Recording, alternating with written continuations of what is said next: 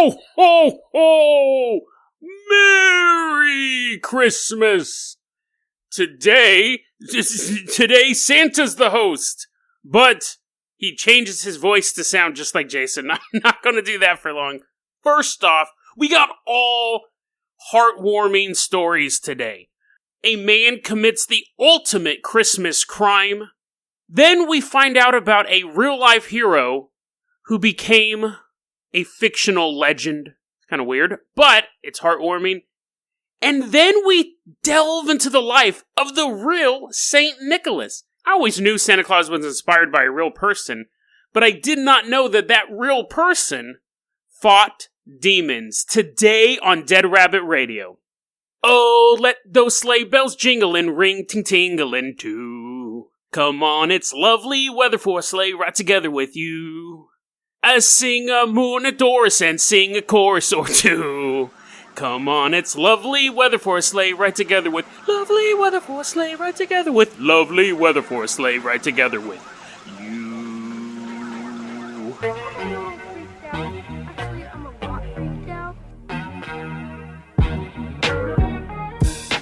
Hey everyone, welcome back to the Christmas special of Dead Rabbit Radio. I'm your host, Jason Carpenter. I'm having a great day. I hope you guys are having a great day too. Just a quick note, I'm going to take Christmas. You're listening to this episode on Christmas, unless you don't listen to it daily, unless you're listening to it a week from now, that's totally fine. But I'm not going to record an episode tomorrow, because I had a short vacation and I said I'd sprinkle out some days off throughout the season. So I'm going to use one of those days right now.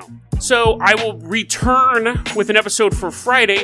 Tomorrow I'm going to take it off. I'm going to catch up on The Mandalorian. I'm behind on that. Probably catch up on It's Always Sunny in Philadelphia. I'd say catch up on The Simpsons, but I'm like 10 seasons behind on that. I'm up to season 20. Love that show. Now, yesterday I complained most of my stories are really sad. Yesterday's episodes were kind of sad, and I said, you know what?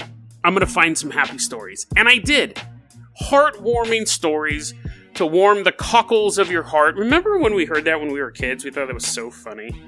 Now that's not funny at all. Like, poop jokes are still funny. People getting, like, kicked in the nuts is still funny.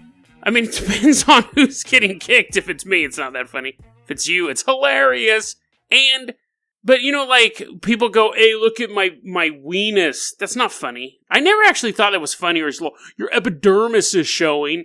So it's funny how some jokes are universally funny. Somebody pooping their pants will always be funny.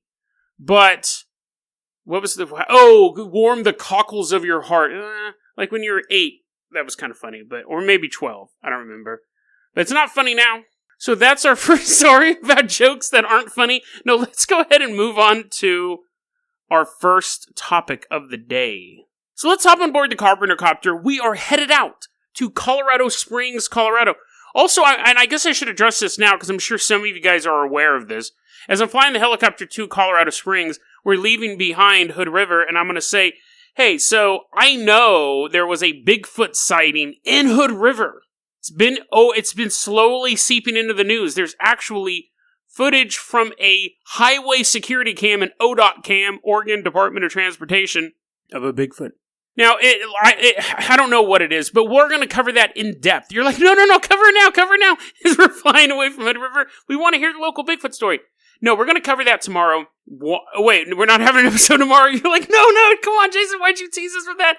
Now I'm hitting the gas for flying even faster away from the river. I'm going to cover that on a later episode. I kind of want to, go out and, poke around with a stick, because it's within walking distance of where I'm at right now. Bigfoot was sighted. But let's go to Colorado Springs. Everyone's all sulking in the back. You're like, oh, man, I really want to hear about Bigfoot, and maybe Jason was, wrestling Bigfoot or something. I'm like, yeah, we'll talk about that later. It's Christmas episode.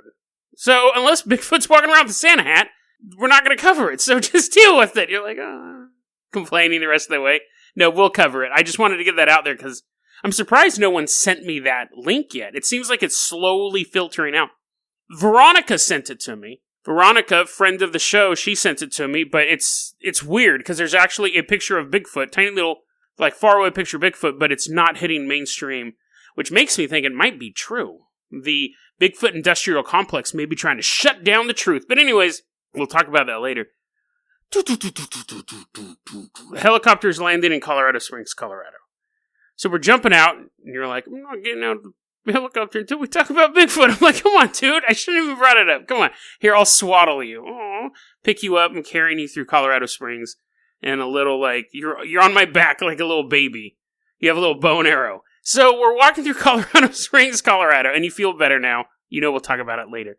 Now, it's 12:27 p.m. It's December 23rd, 2019. So I'm recording this on... You guys actually should be proud of me, too. I've actually remembered this time to record the Christmas episode the day before Christmas. So there's that. So you can actually listen to it on Christmas.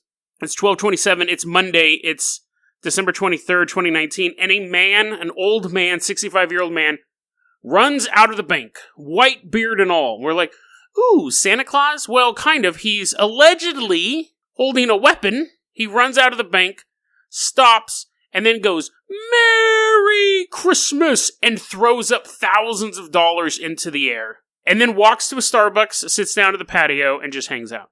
Now, we'll go into the bank, and we walk into the bank, and it's just been robbed. Our suspicions are correct. That was my suspicion. I'm assuming that was your suspicion, too, just from the clues available. The old man, the weapon, the thousands of dollars in the air. And we talked to the tellers, and they did get robbed. This guy, again, I'm going to have to say allegedly, either his name is David Oliver, or I misspelled it, and it's, I'm pretty sure I misspelled it, Davelled Oliver. Let me double check and see what his name actually is. Good old Davelled. Yeah, his name's David.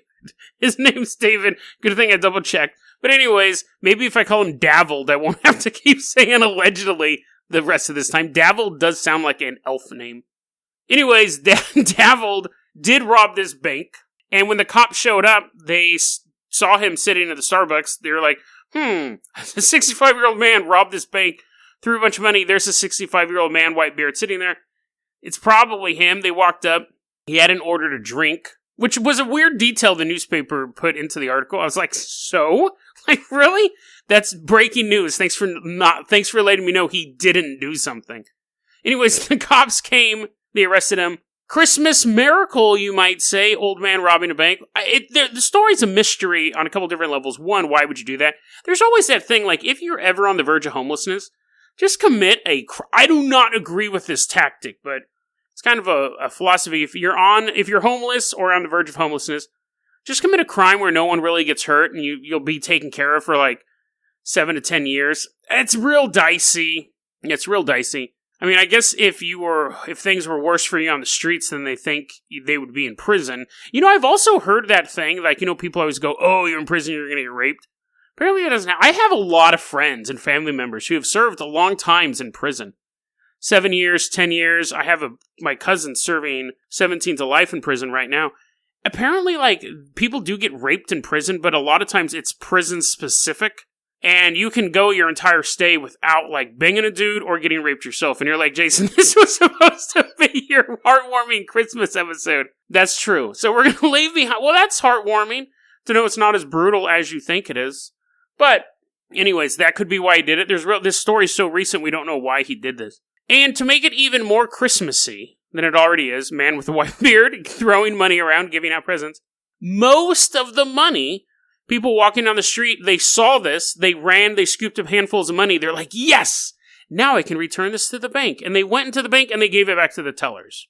Some of the money is missing. They said a couple $1,000s were missing, but they said a good amount of it people actually scooped up and took it back to the bank. It's a Christmas miracle. People saw that this guy robbed a bank, threw the money up in the air trying to give them some Christmas cheer, and they gave themselves Christmas cheer by returning the money. A very heartwarming story. So many Christmas true crime stories are family massacres. I made that comment last year as well. So let's go ahead, though. We're leaving behind the Christmas miracle of Colorado Springs, Colorado. It'll always be remembered. Little kids are going to be like, oh, I remember. I wish I was there. I could have bought like so many Pokemon and Beyblades and stuff like that.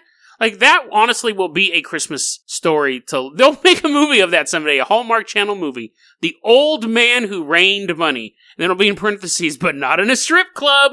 Speaking of movies, that was the best segue I could think of. I edited out 10 minutes of other garbage. Let's go to Charlotte, North Carolina. Now, I'm going to tell you this one. This story I just read about today. You might want to grab a little hinky. You might want to grab some tissue. I don't know if hanky is an American term. In some other country, it's probably something super obscene. Handkerchief. Handkerchief. However you want to pronounce it. Hanky. Tissue, something. Maybe I'm building it up too much, but this is a rough one. But it's truly a Christmas story. April 30th, 2019. Some total piece of trash.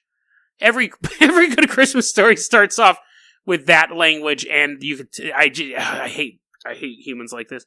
April 30th, 2019. Some just human debris, garbage, piece of filth, walks into University, North Carolina, Charlotte, and opens fire. Just starts shooting people.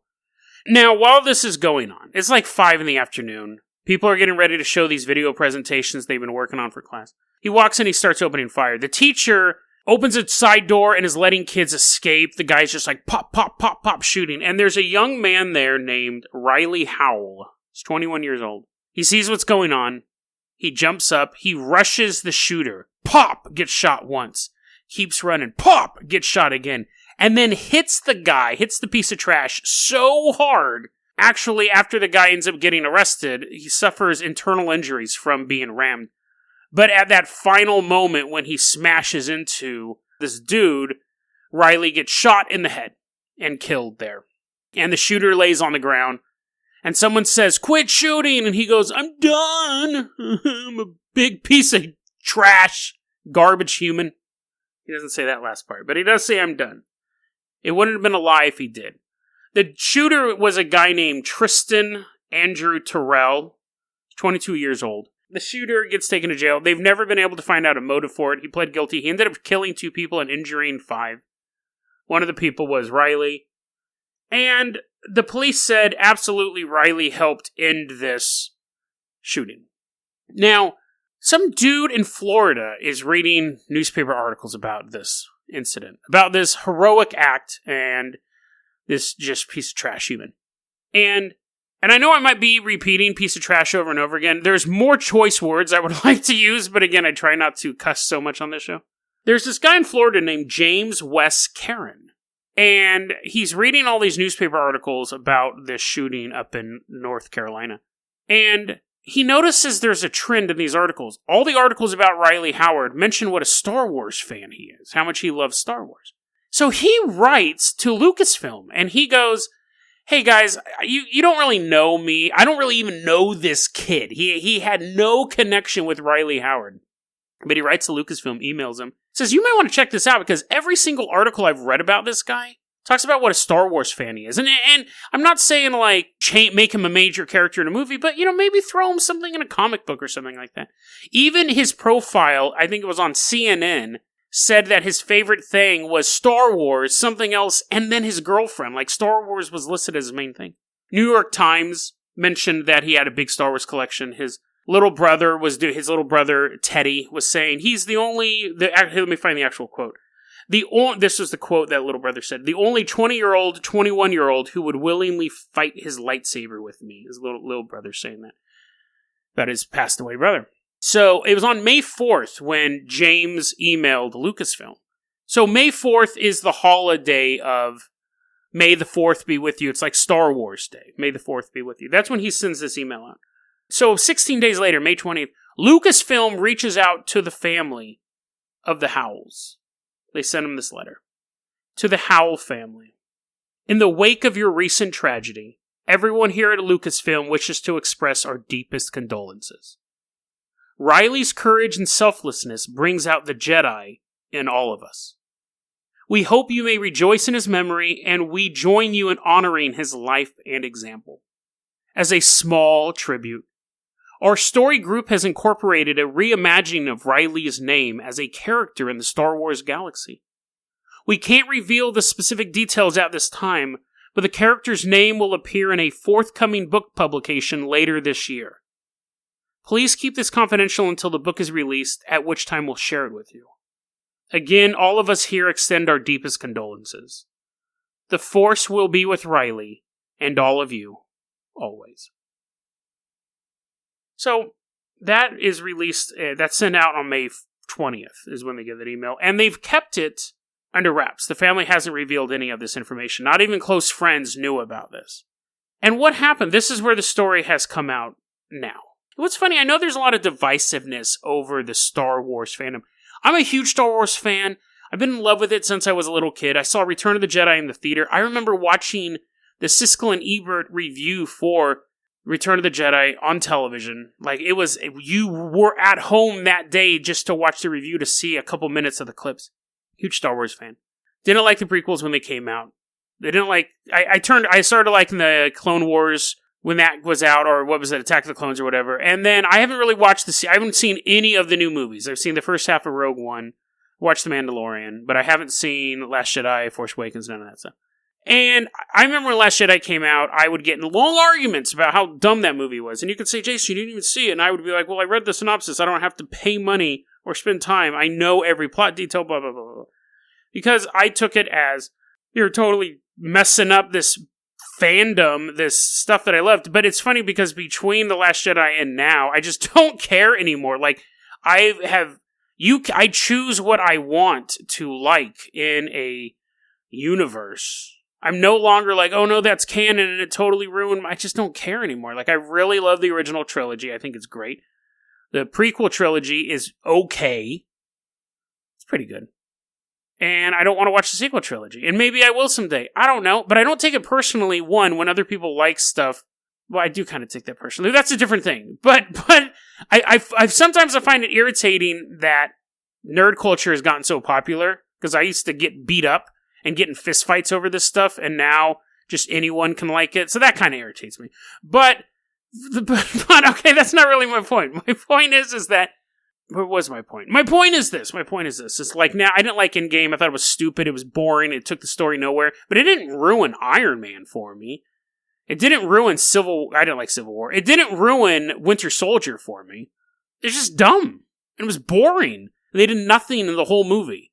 It was stupid. I didn't like Endgame. The end. I mean, like, you know what I mean? I didn't get offended by how terrible it was. It was a shoddy movie. But the fact that I saw it didn't ruin Infinity War for me. Anyways, that being said, I think definitely the new Star Wars movie, there's a lot of divisiveness going on. There's a huge conspiracy theory involving Rise of Skywalker right now. We'll get into that in our next episode as well. But right now, I kind of wanted to focus on the positive. And I think this is a positive story because I'm sure as I was reading that letter, there was some of you who were like, yeah, but the new Star Wars sucks. So who wants to be involved in those? Well, Riley would. And even if you don't like the new Star Wars movies, even if you think that Luke, the Jedi warrior, kind of dying on a rock after trying to kill his nephew is stupid, and it was a bad story choice, Riley liked it. So sometimes we don't, just because somebody else likes something that we don't like, or because the universe goes in a different direction. When I say universe, I don't mean the actual physical universe. I mean the canon universe of these stories. Riley liked it. And sometimes we have to remember that when we're in these internet arguments about how stupid it was that Leia flies through space now, or whatever. So, let's go back here. We get the letter out. And then, about a week ago, one of Riley's friends calls up his girlfriend and says, hey, this is weird. This is really weird. I was reading the Rise of Skywalker, the visual dictionary, and I came across this passage, and the girlfriend's like, oh, nerd, why are you calling me on this? He's like, no, wait, hold on. Let me find it. I've dog-eared this section. It says, here's the section in the book, the Ionica, it's a sci-fi word, the Ionica, whatever. Jedi Master and historian Riley Howell collected many of the earliest accounts of explorations and codifications of the Force in the Ionica, a 2-volume combination of codex, correspondence, and scrapbook. Though much of its contents would later be stored in holocrons, which have since been lost, the physical books have passages written in the hands of the original sages, carefully preserved by Howell. And the girlfriend basically starts bawling. Because she realizes this is it. This is his memory. Now, Riley, it's apt that he was a historian character because one of the people quoted in this article was saying that he was into the lore. He was going through the Wikipedia. Wikipedia is actually the name of it, but Wikipedia pages. Read all of the books, was really into the lore and the history of the Star Wars universe. He wasn't just a fan who collected toys. He was into the obscure information. A historian would be a good character for him.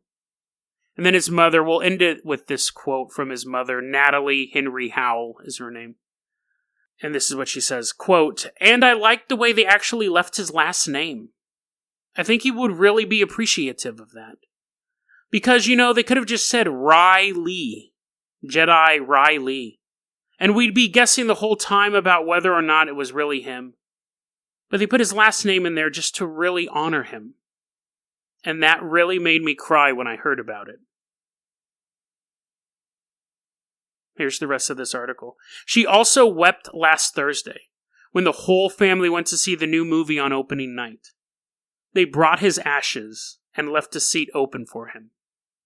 I think, Henry Howell says, he would have liked the way it ended. So that's the story of Riley Howell, now Jedi Master Riley Howell.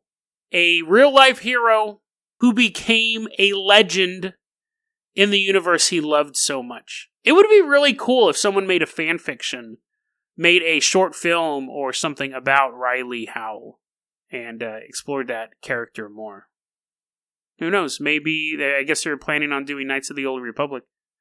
Maybe. Long shot, probably not. But, yeah. An uplifting story. A man who gave up his life to save others gets to live on forever in the Star Wars universe. Let's go ahead and move on to the next story. You might have to fly the helicopter. I got something in my eye right now. I gotta get it out. So go ahead. Go ahead, take the controls. It's Christmas time. I trust you. So as you are piloting the Carpenter copter, and I'm sitting in the back, feeling bad about all the times we talked trash about The Last Jedi, even just a couple minutes ago when I was talking trash about The Last Jedi, flying. I'm just kind of hanging my feet out of the helicopter, looking down the landscape. It's a sad story. It's a sad story, no matter what way you cut it. But it's truly a story of giving. It's a story of giving. You're like, Jason, shut up! I'm trying to fly the helicopter, and now I'm getting stuff in my eyes, too. I was like, sorry. Okay, so you're like, where are we going? And I'm like, we are going to Turkey, and we're going back to 300 AD. So go ahead and hit that button right there. We're flying over Turkey now, 300 AD. We're looking for a man. A man, I can't really build up this suspense because I already told you in the intro who it is. We're looking for St. Nicholas. We're looking for Nicholas of Bari, sometimes known as Nicholas of Myra. But anyways, we're looking for a dude named Nick. So we're landing. We're flying over like little Pueblo dirt houses and stuff like that. Flying over. I don't know what the houses were built of back then. I barely know what houses are built out of now. I think it's mostly wood still, right? Anyways, we land in the middle of Turkey. Maybe they had wooden houses back then. I don't think they were still, like, living in caves. I mean, there was obviously, like, established cities, but I just assumed everything looked like, Bible times, even though it was 300 years afterwards. So we land, we're walking around, and we're gonna meet a guy named Saint Nick. It's the dude, he's not Saint yet. He's like, whoa, spoiler alert. I'm a saint? Apparently he's also Rodney Dangerfield. I get no respect. I got 3 miracles, and all I do is walk around with a stick. These other people got 2, and people are praying to their bones. I get no respect. So, Nicholas of Bari, to the 2 people who listen to the show who know who Rodney Dangerfield is. Nicholas of Bari is this dude. I keep wanting to call him tall. He's actually like 5'6", which maybe back then was tall, but I'm guessing we're all taller than this guy. Or at least equal to him. So we're giants in this time period. So we're walking around with Nicholas, and we're like, so, yes, spoiler alert, we're from the future. Nice to meet you. He's like, I get no respect. I'm stuck in the present. We're like, that's just, okay, the joke's over. It's like, okay. We're here to explore your life.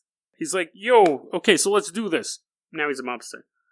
I just have to differentiate the voice, is all. So, Nicholas is like, first off, what I'm going to do here is there's this house down the street. Now, let me say this too here. I'm going to push him aside, push Nicholas aside and stand in front of the camera. All the stories we're about to talk about, I know there's going to be someone out there, multiple people actually, who say that story's not true. That story's actually about this person and that person. Because this guy is so old, and there was no written records of him until 600 AD. People know he exists because there were, like, a church named after him that was before 600 AD, and he was listed in documents. People know he existed. He's not a mythological figure, but he wasn't being written about until 600 AD. The stuff he wrote had been destroyed, and the stuff other people wrote about him had been destroyed. Because he was in Turkey for the most part. It was getting conquered by the Muslims at a certain point. Things were just being demolished. It wasn't the best environment. Paper was frail. So I'm going to tell these stories and people go, well, actually, that is part of this old pagan myth. Maybe. Maybe that got assigned to him. Maybe. But these are all just fun stories about Nicholas. St. Nicholas. So get off my back is what I'm saying here. All of these stories have been attributed to Nicholas in one way or the other. However, you could easily say that didn't happen. I think you can probably say that about most of the stories I'm about to say, but historically, they've been attributed to Nicholas. So, I'm going to step away from the camera now. Come here, Nick. Get back in front of the camera. He's like, what's a camera? What was that? He goes on to say, he's like, listen, you see that house down the street there? There's this dude, he used to be really, really rich, right?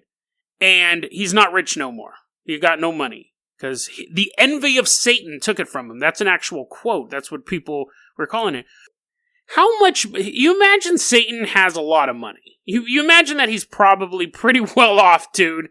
You know, he's the corrupter of the universe.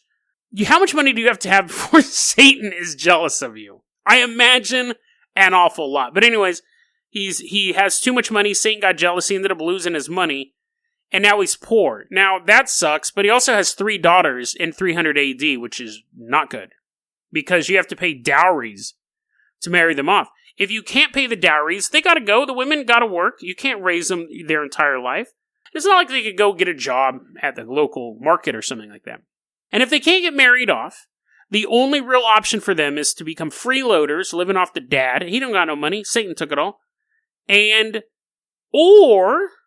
Or they become prostitutes. And Nicholas hears about this. Now, Nicholas, what we do know about him is that he came from a very wealthy Greek family, and his parents passed away. So he's basically like Batman, but instead of fighting crime, he was a devout Christian. I wonder if Batman is religious. I know Daredevil is. You know, I remember once when they were talking about Miss Marvel, she's a Marvel superhero character. They mentioned that she was the first Muslim superhero, and it's funny because I never thought about it. I go, I never really considered what religion Spider-Man was. He could have been Muslim for all I know. Like, it was weird. Like, once you start saying this, you knew Daredevil was Catholic. He was kind of built into his character because he was like this Irish dude from Hell's Kitchen. But like, I never really, once they pointed out and said this character is Muslim, then I had to sit down and go, well, I'm sure Tony Stark's an atheist, and I guess Captain America's probably like Lutheran or something like that. Like, I never really considered any of them having a religion outside of Daredevil until you explicitly pointed somebody out and said this is the first Muslim character. And I go, oh, that's weird. Anyways, what was I talking about? Oh yeah, St. Nicholas is not Batman. He's a Christian. I wonder what religion Batman is. No, I'm just joking. So, anyway, I'm sure Batman's atheist as well. I don't know. Like, what would Batman be? It would be, I honestly think, if anything, the most religious character in comic books. I don't know why I think this, but would be Superman. And yeah, Superman, like, punches, like, Darkseid in the face, and he, like, fights, like, suns that eat planets. But I still think Superman would believe in God. Like, I don't know why I think that. Like, Superman seems like the character who would probably be the most religious dude out there. I don't know why. I mean, I'm sure someone could point me to a comic book where he's like, God doesn't exist, only me, and he, like, evaporates a bunch of bad guys. But maybe because he's so powerful, I think he would have to assume there was someone more powerful than him. I don't know. I don't know. I think Batman probably doesn't really care much about religion. It's funny because Batman, you're like, Jason, this is supposed to be an episode about St. Nicholas. You haven't even gotten to the good stuff yet. I think Batman only thinks about beating up criminals. I think he would probably be super shallow to talk to. Like, I honestly don't think I love Batman. He's one of my favorite comic book characters. He's honestly one of, like, my favorite fictional characters. But I'm sure he's super boring to hang out with. When he's Bruce Wayne, he's pretending he's a shallow idiot so no one catches on that he's the world's greatest detective. He would just basically talk about partying and stuff like that. Surface level sociology conversations with Bruce Wayne. Not an idiot, just shallow. But just somebody that when you talk to, you're like, okay, we've talked for about an hour. This is probably the most in-depth conversation we're going to have. And as Batman, I don't think you would talk to him much. I think he would just... I think that's all he talks about is beating up criminals. I think he's probably super shallow. I think Superman, you could have long conversations about stuff. I think he'd really be willing to... Because he's so powerful that everyone's an idiot to him. So he has to talk down to everybody. And he's seen things in the universe that humans can't even comprehend. It'd be like Doctor Strange. But again, I think Doctor Strange would be kind of... He wouldn't care. Like, he's super smart, and you're like a waste of his time. He'd talk to you a little bit and then say, I gotta go somewhere. Then he would just teleport into another room in his house and be really quiet until you left. I think Superman would actually take the time out to have a conversation with you. Batman, it would probably take the time out to have a conversation with you, but it would only talk about chokeholds and arm bars. If you're lucky. Otherwise, he's just going to sit and flex on you all day long. And talk about how nice his car is and how nice his house is, just so you leave, so then he can go sulk in his Batcave and try to find, not just sulk, also try to solve murders and stuff like that. Spider-Man would be kind of dope to talk to, but none of this has anything to do with St. Nicholas. As we're going off in that rant, St. Nicholas is just standing there. He's invented a watch. He invented a little sundial watch. He's like, are you done? Are you done? Are we going to talk about me? Yes, we're going to talk about you. He's like, thank you. Let me finish telling you about my miracles, not your stupid fictional characters, Jason. He says, listen, Batman's not real. This story's real. My parents died, and they left me a bunch of money. And I'm standing outside this house with 3 potential prostitutes living in it. This dude's, he's super mad at us now. He's a saint. He's a Catholic saint. And I just spent 10 minutes talking about Spider-Man and talking to Batman. And we're in the presence of a man. When I get done telling this story, you're going to realize how this whole segment, this dude is so dope. St. Nicholas is so awesome. And the fact that I was talking about all these dumb 2-dimensional drawings for however long that took, you're going to be mad at me. I'm kind of mad at me, because this guy does some crazy stuff. He's like, listen, okay, I'm standing outside this house. There's 3 potential prostitutes in there. I have money. So what I'm going to do is he puts these gold coins in a bag, and he throws it through the dude's window for the first daughter, and bounces out. The dad the next day wakes up, and he's like, what? Look, here's enough money to pay for the dowry for one of my daughters. Marries the daughter off. The other daughter, she meets a man. She's going to get married. A bag of gold magically appears on the dude's floor. He's like, what? That's so weird. Like, this happened last time. I wanted to get this daughter married off. Bunch of gold showed up. Now, his third daughter's marriage is coming up as well. And he goes, I'm going to stay up tonight. And I'm going to see what happens. Because you would assume it's magic. A bag of gold appearing in your house before your daughter's wedding. Because if she didn't have the money, the wedding would be called off. Girl has to turn tricks. So he stays up and he sees a bag of gold fly through a window, and he runs outside. He sees Nicholas standing out there. Nicholas goes, hey, listen, man.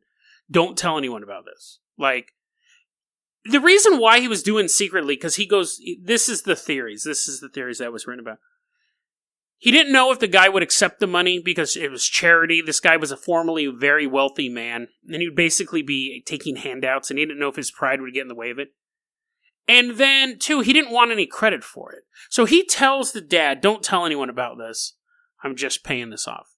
And the dad ends up getting the third daughter married out. Now, that story is actually probably one of the most historical stories involving Nicholas. Because really what they do is when they start to look at because Nicholas actually starts after his death, he becomes such a main player in the saints. He becomes such a big figure in the saints, in the world of Catholicism, that we see stories being attributed to him in the year like 1000, 1400. So they have to go back to stories that they could find in the 600s, 700s, 800s. They think those are more likely to be true. And this is one of the earliest stories involving Nicholas. And it really, so as his legend grows, basically, well, let's take this one, because this one I think really is the Santa Claus that we know of. And then you go, Santa Claus? It's funny, I took for granted that everyone knows that St. Nicholas is another name for Santa Claus. You're like, what? I thought you were just talking about some dude throwing money around. And you know what's funny, now that I say that, that was the first story we did. Guy starts throwing money around. Who knows? Maybe there were some potential prostitutes walking down the street that day, and he was able to make it.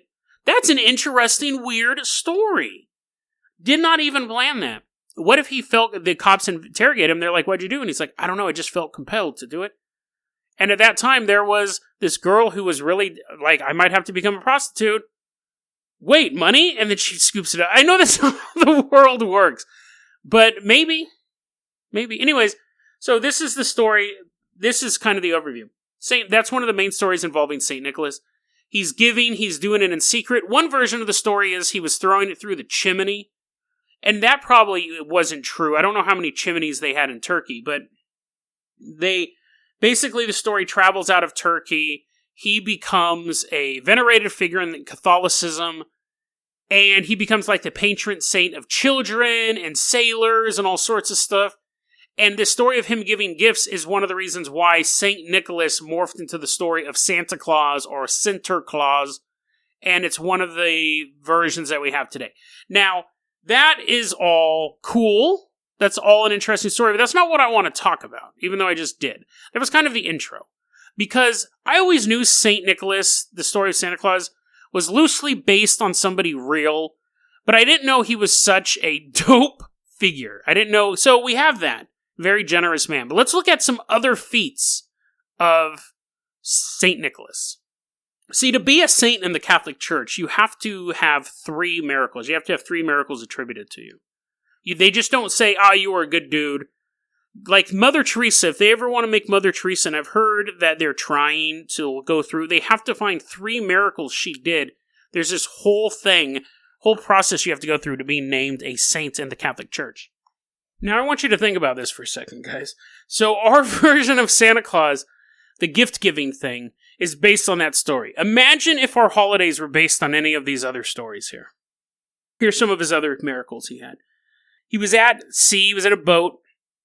Big storm came. He calmed the storm.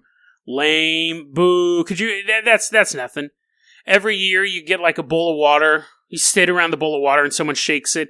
And the other person's like, no, don't. And then that's it. That would be a lame holiday to have. That'd be a lame miracle to build a holiday around. Here's another one. It saved 3 innocent soldiers from execution. So people were about to be executed for a crime they didn't commit. And he shows up. It's so funny. So this dude was a priest. His uncle was like a mayor of the town, and he knew that Nicholas wanted to be a priest. So he goes, all right, you're a priest. He was super devout. A little bit of nepotism, but it was his calling. And so he's this priest for a while, and then like there was this thing where like the uncle died and a couple other town officials died, and the priests were like, oh dude, we need a new bishop. Who should we elect as bishop? And someone goes, tell you what, whoever is the first priest to walk through that door is the new bishop. And Nicholas just walks into the church and they're like, congratulations, Nicholas, you're a bishop. What? That's how they picked officials back then? That is ripe for an Adam Sandler movie. Where it's basically just this dude, this schlubby guy, who's down on his luck, and then there's like this diocese, and they're like, we don't know what to do. Bishop, archbishop, died. The first person who walked through that door is our new bishop, and he's like, what? And then like some old like Third Eye Blind song starts playing, and he's like training to be a priest. Make that movie, Adam Sandler. I think he's Jewish, actually. Actually, no, I don't think he's Jewish. I know he's Jewish, because he did the Hanukkah song. But still, Make that movie, Adam Sandler. What was it? Oh, so anyways, not Adam Sandler. Nicholas walked through the door of the church, and they go, hey, it's a new bishop. And he's like, hey, I'm a new bishop, yeah. And they lift him up on the shoulders. They dump a Gatorade bucket of holy water on him. He's like, yeah. So, anyways, as bishop, these 3 dudes are about to be executed, and he's like, hey, stop it. And, put his hand on the sword and lowered it and let him go. That would be kind of cool. You'd be able to, carry swords around at Christmas time. That would be kind of cool. Any holiday that involves swords would be cool. But I don't think it would catch on and be kind of old after a while. Instead of the nativity scene, you just had 3 dudes standing, a guy with a sword walking around. So, here's some cool versions, though. I also should say this as well. The Council of Nicaea, right? This is how dope this dude was. So, the Council of Nicaea was this thing where a bunch of priests, a bunch of dudes get together to figure out what should actually be in the Bible. Probably one of the biggest events to happen post the death and resurrection of Christ regarding Christianity. Easily. Was a bunch of people getting together and saying, what are we going to do with all of these stories? We're going to keep some of these, we're going to put some of these away. Like the Book of Enoch, that's when they removed it. They're like, this is way too weird to be in the Bible. Let's put this book in. And it basically created Christianity. And it wasn't just books. They were going into individual passages and editing them for clarity. Anyways, Nicholas was there. St. Nicholas was at the Council of Nicaea. He was in one of the roll call sheets, but didn't appear in any other roll call sheet at all. Now, some people say that he just kind of showed up and then bounced. He's like, see you later, nerds. You guys are just sitting around reading a book. I'm going to go pray and I'm going to talk to God. You guys can keep reading them dumb old scrolls. But some people say not that he said that, but there's another version of that. He goes to a Council of Nicaea and there's a debate over whether or not Jesus, God, and the Holy Spirit are one, the Holy Trinity, or that Jesus was a separate person from God. I guess you can guess which side won, because everyone talks about the Holy Trinity nowadays. But some people said, no, Jesus was like a separate dude. He had God as one being, and Jesus was a separate dude.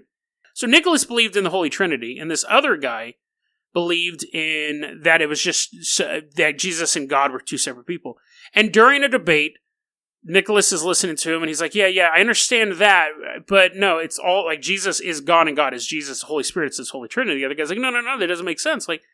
Has to be 2 separate people. And at the Council of Nicaea, while they're debating what to put in the Bible, Nicholas punches the dude in the face. Just socks this guy. And so, that's the other version, is that he basically beat this dude up at a religious conference, and they kicked him out. And that's why he's only in one roll call sheet for the Council of Nicaea. So, if he had stayed, there probably would have been way more fistfights in the Bible. They're like, hey, this part about numbers is really cool where they're counting all the sheep. But can't we just insert the story where I go back in time and I'm beating up sheep? They're like, no, Nicholas, you can't keep putting yourself in the Bible. Anyways, so he was just beating people up at a religious conference, which is hilarious. Imagine a Christmas based on this story.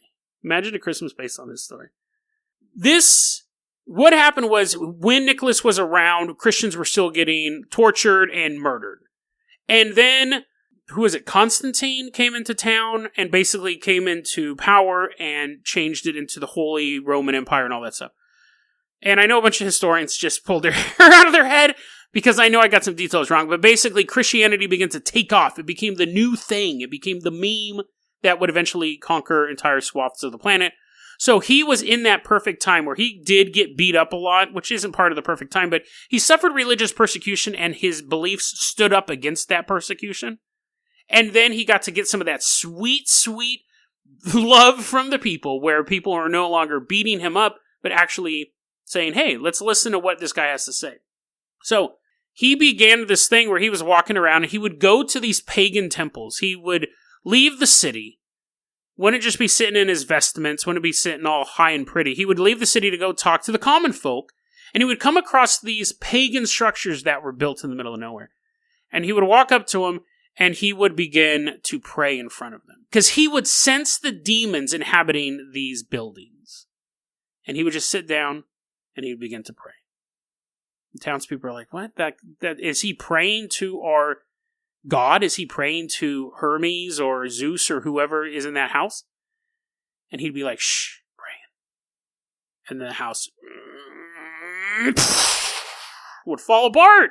His prayers were so powerful. You're like, Jason, that story is probably the most unbelievable story you've told yet. Calming a storm could just be good timing. Praying till a house blows up is probably, maybe that was also good timing. Maybe he happened to go, that's weird. I see termites. He's Batman. He is the old-timey Batman. Maybe he was the world's greatest detective and he would walk around till he found a house that had a bunch of termites in it and go, this house is also a shrine, isn't it? And they're like, yeah, you're right. We worship termites. And he prays and the house falls apart. Or it could just be a miracle, like the place wasn't happening. You're like, Jason.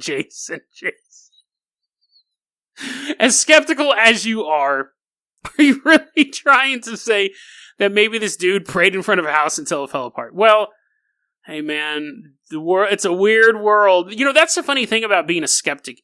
I think you can either be a skeptic where you disbelieve in everything, and that's not fun. That to me seems very dour existence, where you don't believe in anything at all. Or you can be a skeptic like me, who picks and chooses, and will totally mock certain beliefs, and then go, well, maybe a dude prayed in front of a house, but at least I'm honest about it. It is ridiculous to think that a guy could pray in front of a house and it falls apart. That's some sort of miracle, and I embrace the ridiculousness of it. So at least I'm honest about it. At least I'm honest about my hypocrisy, because I will trash talk other weird beliefs and then be like, well, maybe this won't happen. Maybe a guy just was praying and it fell apart. But anyways, so even that's not the best part of the story. At one point, he's walking, he sees a house, right? And he sees a bunch of demons floating around in it, and he's like, oh, break out my praying hands. He's getting down on his knees, and the demons start to talk to him, and this is what they say. Quote, do us no wrong. There's an echo. It's a really big house. Though we have committed no offense against thee, yet thou dost drive us from our home. It is here where we have long dwelt and led astray the people who worshipped us. And now, where are we to go? I love the fact that they admit, they're like, yeah, dude, we were leading these dudes down the wrong path, but we weren't doing nothing to you, even in their summary, they echo. And his response, so he's sitting there, as he's sitting there, he's kind of like dusting off the ground, he's getting ready to kneel, and they're like, why are you coming after us, bro? Come on, man.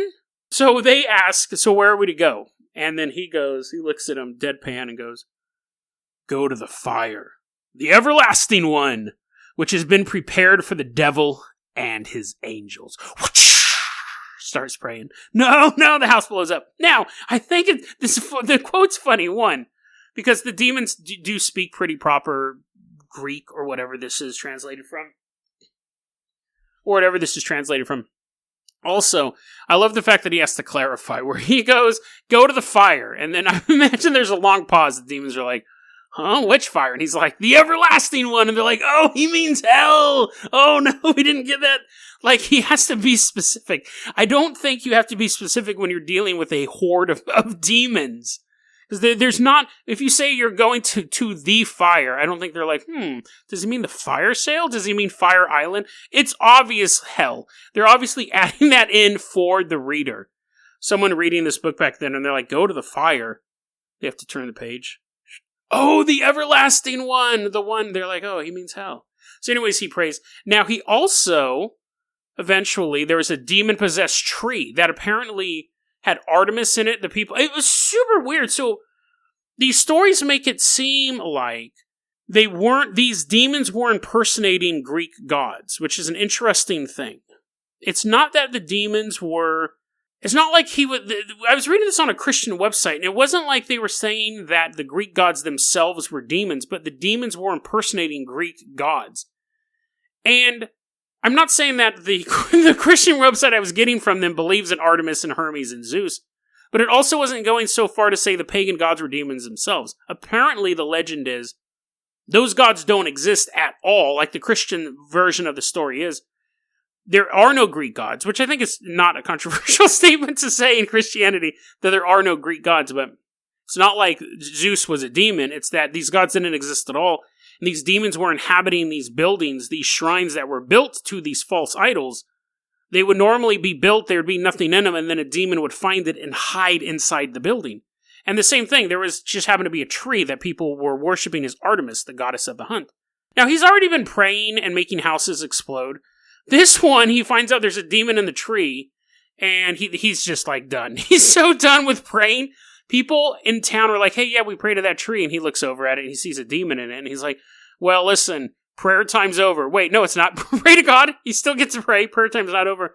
But I'm going to chop that tree down. He picks the axe up, starts walking to a tree. The demon just leaves the tree. He's like, oh, that was easy. I didn't have to pray all this time and blow houses up. I could have just carried an axe around and they would have left. And then he goes to another town. There's another tree, a demon-possessed tree, and he goes, I wonder if this will work again. Just walks up, grabs an axe, demon leaves. So, I think at that point, he probably realized there was a way easier way to do this. I didn't have to sit and pray until a house exploded. Could have just carried an axe around the whole time, and the demons would run away. However, the demons that ran away from the trees, did they end up in the everlasting fire? I'm assuming when he was praying, the houses exploded, and the demons went somewhere.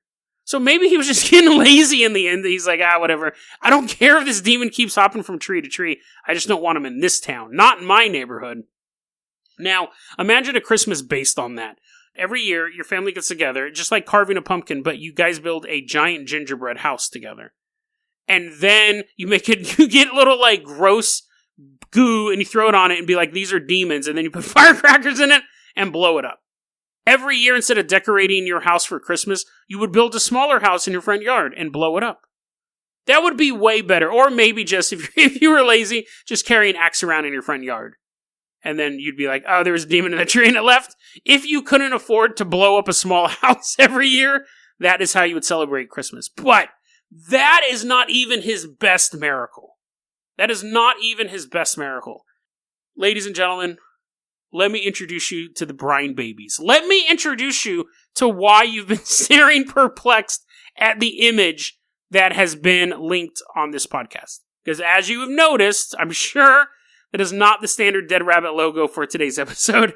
For the past, 30, 40 minutes, you've been looking at it and going, get to this part of the story. I don't know what this image is. And if you're not looking at the image, it is a medieval painting of St. Nicholas, a suspicious man lurking in the back hallway. And you're like, Jason, that's not the most notable part of that picture. The man in the back hallway is not the most notable part of the picture. You have St. Nicholas, you have a creepy man in the hallway, and then you have three naked dudes hopping out of a barrel. You're like, Jason, please tell us why this has anything to do with what the story is. I will, but first, let me talk about my Minecraft server. No, I'm just joking. So this is the deal. Minecraft server is in the show notes, but his most notable miracle is this. There was a famine coming through Turkey. People were starving. Now, generally when famines happen, first you eat. You're like, Jason, just tell us what's in the picture. Don't do a history of famine. I can just imagine people for the whole episode being like, what is this? What is this picture? Why am I looking at it? So, when famines strike, you're like, damn it, Jason's really going to do this. Yes, I am. When famines strike, there's usually what happens is they eat all their food that they have available. Then they begin to eat their livestock. You know, normally stuff that they provide, like cows, you would drink the milk, or chickens, you would eat the egg, but you're basically running out of food, so you just eat the chicken. Then you begin to eat your clothing. In modern times, you'd eat leather shoes or drywall. People eat drywall a lot during famines. And then you begin to eat each other. Now, this famine, they were in phase eating human meat. Now, it wasn't super open when this famine was going on. People were eating people, but you had to do it on the sly. You didn't want to sit down and like the mailman's walking by and you're like, eating them in the bushes. But this butcher needed to make some money, needed to sell some food, and wanted to eat himself. So he grabs 3 boys and kills them and pickles them in a barrel of brine, and he's going to sell them as pork. Now, Nicholas is passing through town. This wasn't happening in his neighborhood because he came from a wealthy area. Like I said, he was traveling the countryside. He comes into town. He is Batman. He investigates this crime. He starts to realize, something's not up with these evildoers. I believe he's the saint. He should be the saint of rooftops. He's like standing on the rooftop all night long. He's like, somewhere out there, somebody's eating kids, and I will find them. Could it be the Joker? He has to solve. He comes into town, and he's investigating the famine and trying to do what he can to feed people. And something clues him off. Because he's Batman. He is the world's greatest detective of the 300 AD. He's walking through town, and he starts to become suspicious of a local butcher. And he goes to the butcher's shop, and he's like, he puts on his infrared goggles, and he's like, interesting. I see someone's been here recently, judging by the footprint. And then there's 3 little pairs of footprints headed towards this bloody table. Okay, that's a little dark, even for me. June shuts off his infrared goggles. Butcher's behind him with a knife. They're wrestling. Throws him over his back. Does it like a... Do you know in the new Batman movie, I thought this was so awesome. They're training Robert Pattinson on Brazilian Jiu-Jitsu. So I'm basically learning the same fighting skill as Batman does. Anyways, throwing around arm bars, rear naked chokes, anaconda chokes. He's doing all the moves that I know. And finally, St. Nicholas gets on top of the butcher and goes, now it's time to butcher you. He doesn't do that. That's stupid. He finally gets on top of the butcher, chokes him out completely, falls asleep. Butcher's all tapping. He doesn't care. This guy's a criminal. Puts him out.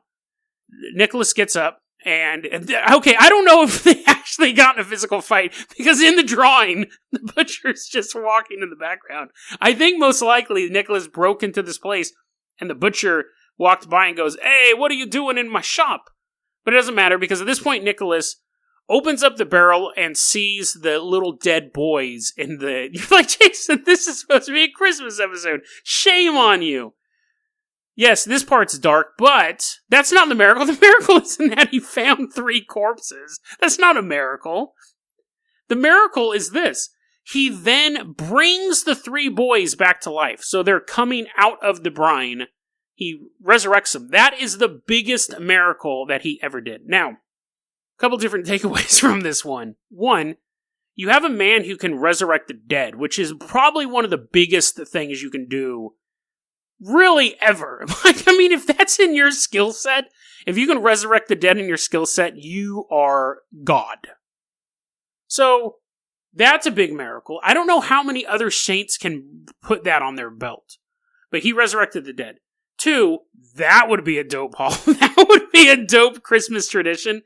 Every year, like if you're bad, you have to drink brine instead of coal in your stocking. They're like, oh man, you've been bad this year? Here, drink some brine and remember all the murdered pork babies. Remember the brine babies before you go, I don't want to be a brine baby. Well, then you should be better next year.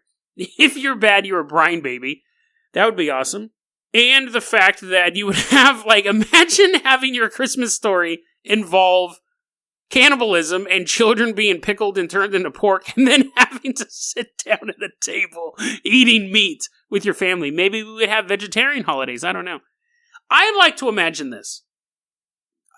Listen, you're a kid, you get murdered by a butcher, you get pickled, you get brought back to life. And my first, when I read this story, I thought this would be my first thing. I'd pop out of the barrel and I'd be like, awesome, thanks, but can you unpickle me? Like, here's the thing. Like, you imagine these kids were pickles at that point. Like, when you're brought back to life, are you restored to your point the moment before you die? Like, or were they permanently pickled? Were these poor boys permanently pickled boys? Brine babies. Were they walking around town? They're super green. They're all wrinkly. How did that work? I would assume... Because, see, now we're asking a whole bunch of questions. Like, if your head got chopped off and a saint put your head back on and brought you back to life, you would assume that now your head's not going to roll off every time you turned your body too quickly. But, like, being stabbed and having your wound healed and come back to life is one thing. Having leprosy and not losing any body parts, or having, like, a disease where you're internally damaged and then having that disease cured and coming back to life, but... They were killed. They weren't killed in brine. They were killed and then put in pickle juice, and then brought back to life. So their injuries were healed. Were they still pickled? Is my question. And you're like, Jason, you're really nitpicking this one, because these kids came back from the afterlife. It wouldn't matter how wrinkly their skin were, or the fact that they smelled like vinegar up until their late 80s when they finally died. I'm still curious, though, because I would have been like, hey, thanks a lot, dude, for bringing me back to life. First off, you could have been here about a day earlier. Stop the whole thing. But I appreciate you bringing me back to life, but also, please unpickle me. Like, was that part of the process? Secondly, okay, so the kids come back to life, they jump out of the brine, they may be pickled, they may be not, they're immediately starving to death because there's still a massive famine hitting the area. But I'm assuming that the kids are well fed, I'm assuming there's some other minor miracles. At one point, he made a bunch of wheat. They took a boat and they unloaded like a ton of wheat off the boat, and then the boat went to its main destination and it still had all the wheat on it, so he could multiply food and stuff like that as well. He ends up having all these miracles about him. He passes away. He becomes such a major religious figure that he becomes one of the only non-warrior saints that was worshipped during the Crusades. People were stopping by his church. Now, we still got one more super bizarre story to talk about St. Nicholas, because at this point he is St. Nicholas. In the year 1000, I think it was 48. So when he died, people knew this dude was legit. He has all these magical powers. These 3 little brine babies show up at his funeral. They're like, yeah, it was us. It was us. People are like, yeah, we know it was you. You smell like vinegar. And they're like, shut up. He brought us back to life. So people knew this guy was legit. They start the saint process pretty early on for him. When you're a saint, your bones become like holy relics. Now, his bones, when we look back, there was this story that they secreted a rose water smelling liquid that people attributed to being manna or myrrh. And by drinking the liquid, you could get superpowers. Not superpowers so much, but like supernatural abilities. Very, very vague stuff. And you're like, Jason, old-timey superstitions. Whatever. The Muslims end up invading the area that his bones were interred in. And these dudes are like, dude, they can't let them get these bones. But they don't have enough time to take the whole skeleton, so they take his major bones. So I'm assuming ribcage, skull, shoulder blades, stuff like that. They couldn't get all of them, though. So they take as much of his body as they can, take it out of the country, bring it back to Myra, which is why he's also known as Saint Nicholas of Myra, or Nicholas of Myra. They bring his bones out of there, and the legend continues. People go, it's so weird. Like, when they bring the bones to the church, they're like, why are your hands so wet? And they're like, dude, this is totally trippy. His bones keep shooting out water. It's almost like a super soaker, but a skeleton. And so they begin bottling they said every year you can get like a flask of his liquid that's coming out of his bones. And they would mix it with a little bit of holy water and they'd sell it. They'd have these little glass vials with a little picture, little tiny St. Nicholas on it. And if you flipped it over, there's 3 little tiny brine babies on the back. And people were like, as time went on, people go, that story's just completely ridiculous. There has to be a logical reason for that, because it is true. There is a liquid coming out of his bones. And so in the 1950s, they had to do a reconstruction on his, and at this point, they've gotten the rest of his bones out of Turkey. There was some naval fleet going through during the Crusades, and they're like, stop, we gotta go to this church and get the rest of this dude's bones. And they've done all sorts of tests on the bones over the years, because he's one of the biggest saints out there. And when they test the bones, they go, these bones definitely came from the same person. It looks like the skeleton was about 73 years old, which is when we know around the time that St. Nicholas died. Looks like his nose got broken while he was still alive. We think that could have been while he was being tortured. So they really do believe that this is the skeleton of St. Nicholas. And it has pretty good, what's that thing called when you kind of have like a chain of command or a chain of custody? It has pretty good chain of custody. No one's really disputing that these aren't the bones of St. Nicholas. What people were wondering is, why are they leaking water after all these centuries? And so when they pop the tomb open, they're going to do a reconstruction on it. They see that there's water in the tomb. And people go, oh, that makes sense. Like, the old stories are probably fake, but there was probably some groundwater in his actual tomb. And the water that's been leaking out is like kind of gross spring water, kind of mixed with corpse. People have been drinking it for a couple hundred years. It's not going to kill you. It's just a little tiny drop. That solves that. And so they put the bones on this like linen cloth while they're doing the reconstruction on the tomb. And then when they come back, the cloth is wet. And they're like, oh, that just must be residual water from the tomb. But while the bones were out of the tomb that was being reconstructed, the bones kept leaking water. And they've done tests on it, and they say it appears to be water. It appears to be water. But they can't explain why it's coming out of the bones. And to this day, apparently, I tried buying this online, but I don't think you can. Apparently, to this day, you can go to visit his bones, and then there's like a gift shop to the left where you can buy a little vial that has a drop of the liquid that comes out of his bones. So, still a miracle. Now, here's my thing. Would you, if someone says, hey man, I got this little toe bone, and it's from a saint, and if you chew on it, or you turn it into a powder, and drink it like a tea, you'll get superpowers. I would probably do that. I'd probably do that. If someone goes, here's a liquid that's leaked out of a toe bone, drink it. I don't know if I would drink. I mean, I'd be like, oh, first off, what are the superpowers? The toe bone, I would do that just for bragging rights. Be like, oh, dude, when I read about a saint in a history book, I'm like, ha ha ha, totally ate that dude's toe bone. Like, I would totally be down for like powdered toe bone. But if it was powder, if it wasn't powdered, I don't know why I don't know. It's grosser that it's a liquid, is what I'm saying. If someone was like, here, you take this toe bone, you just hold it up, and you shake it, and a bunch of liquid comes out of it, and you drink it, you'll get superpowers. I don't know if I could do that. Okay, let me phrase it. I could do that, but I don't know if I would enjoy it. My first question would be like, what superpowers? And they're like, well, you can astral travel. I'd be like, nope. It would have to be something good, like flight or invisibility, or something, super strength, the ability to turn myself as strong as a toe bone. I'm like, argh!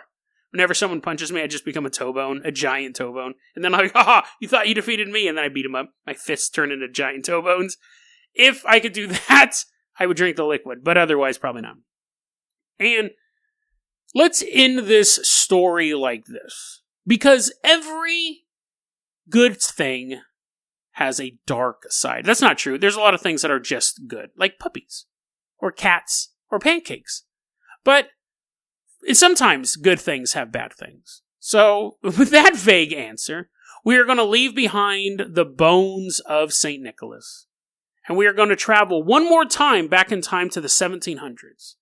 Because, see, people really, really loved St. Nicholas. They really loved those little vials. They believed if you take a drink of that bone juice mixed with some holy water, good things would happen for you. And so, for one woman, it became a weapon of mass destruction. In the 1700s, there was a woman named Teofania Diadamo, and she is credited for creating a drink known as Aqua Tufano. It was a little tiny vial, had a little picture of St. Nicholas on it, filled with water and a drop of the juice of Nicholas's bones. However, she just had a bottle of water, and instead of the Nicholas juice, it was just a tiny bit of arsenic, or any other flavorless poison. And she would give it out to women who were having trouble with their husbands, businessmen who were having trouble with their partners. Anyone, for any reason, who could afford some Aqua Tufano would come to her. She would hand him a little tiny vial, decorated with one of the most venerated saints in Catholicism. And they would give it to someone as a gift. Here, drink and be merry. Have some bone juice.